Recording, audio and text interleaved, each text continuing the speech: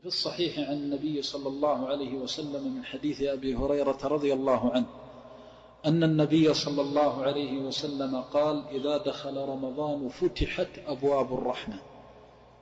وهذه الأبواب التي تفتح بالرحمات والخيرات والبركات يهيئ المسلم نفسه لها بتوفيق الله عز وجل.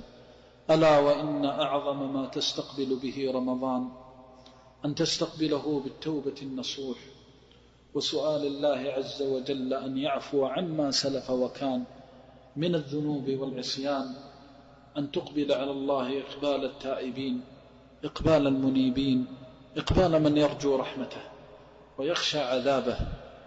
أسعد الناس من دخل عليه رمضان وقد تاب التوبة النصوح من الخطايا والذنوب والرزايا والعيوب، واستقبل الرحمة بأفضل ما تستقبل به وهو التوبة النصوح.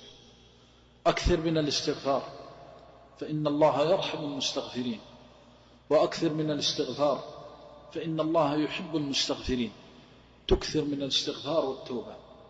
ولذلك دلت الأحاديث الصحيحة على أن إضاعة الحقوق قد تحول بين العبد وبين رحمة الله عز وجل.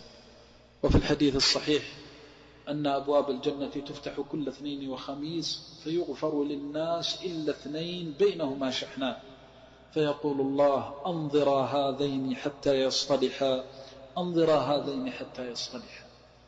تستقبل رمضان بالتوبة والنصوح والتحلل من حقوق الله والذنوب فيما بينك وبين الله ومن حقوق العباد.